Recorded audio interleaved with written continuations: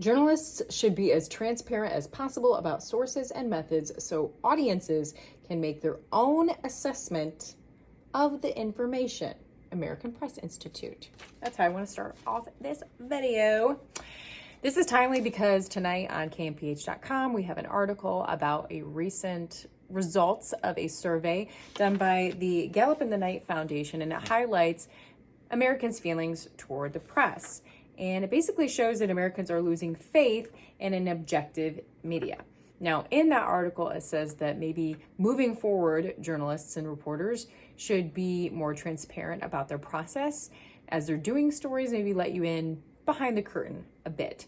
Well, I'm gonna let you in behind the curtain with this video of just how I feel about the direction of journalism. I've already expressed some disappointment on my Facebook page and have disagreed with some of my colleagues on this subject.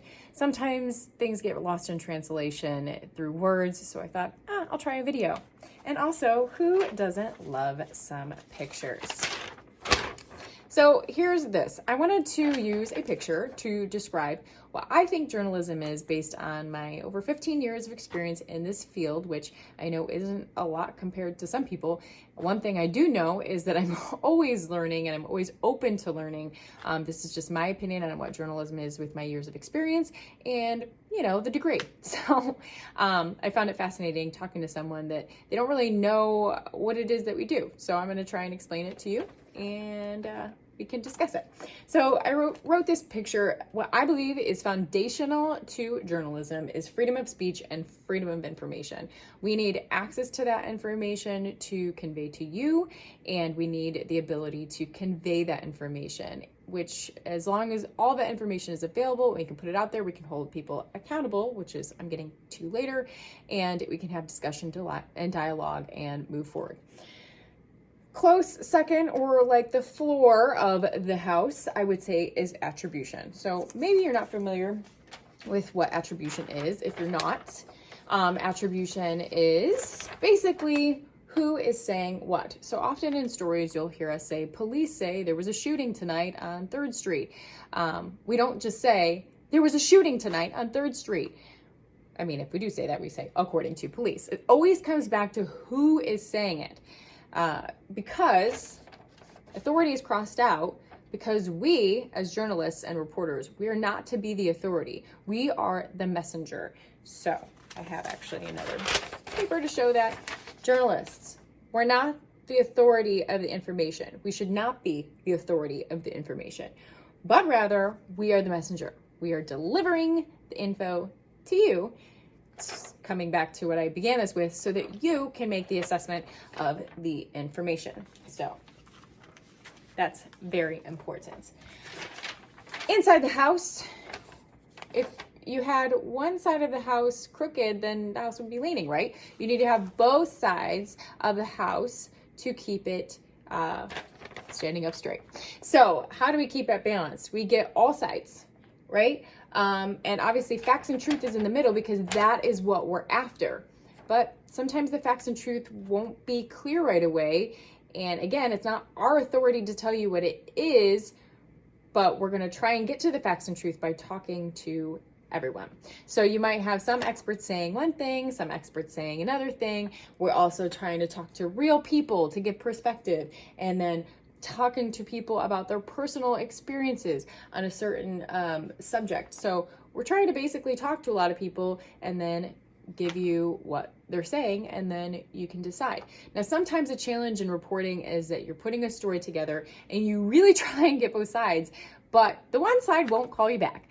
I just had this experience with a story I was doing, and I wanted to get Governor Newsom's side of the story, but he did not call me and would not comment on the story, so I had to say that. We reached out to Governor Newsom, and he declined to comment. That's all you can do if they decline. So moving on.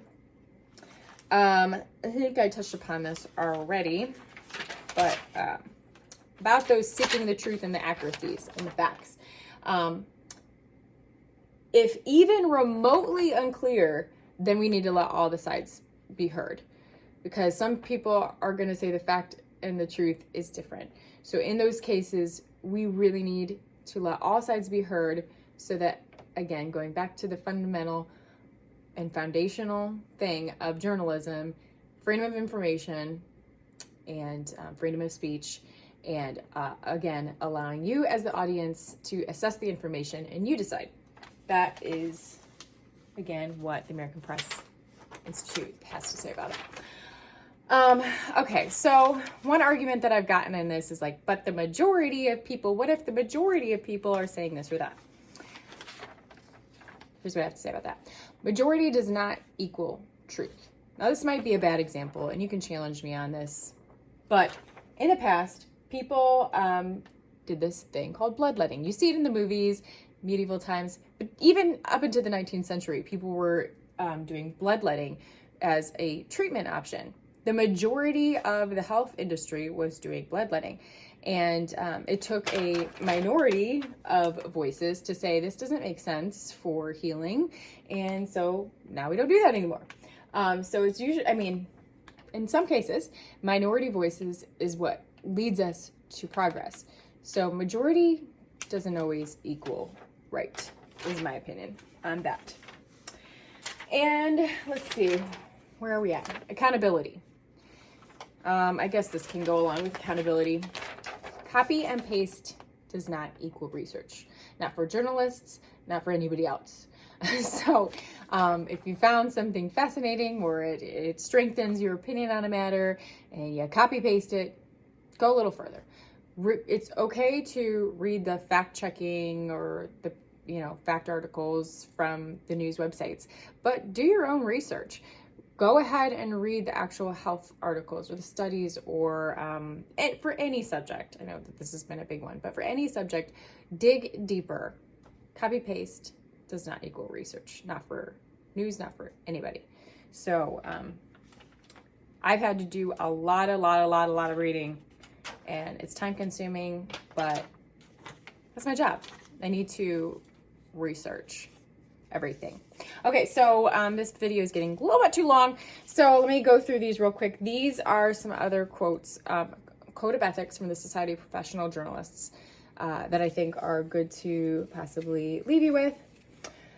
They say, support the open and civil exchange of views, even views they find repugnant. That's a good one. Be vigilant and courageous about holding those with power accountable. Give voice to the voiceless. Again, these are Code of Ethics for the Society of Professional Journalists. Provide access to source material when it's relevant and appropriate. Recognize a special obligation to serve as watchdogs over public affairs and government. Seek to ensure that the public's business is conducted in the open and that public records are open to all.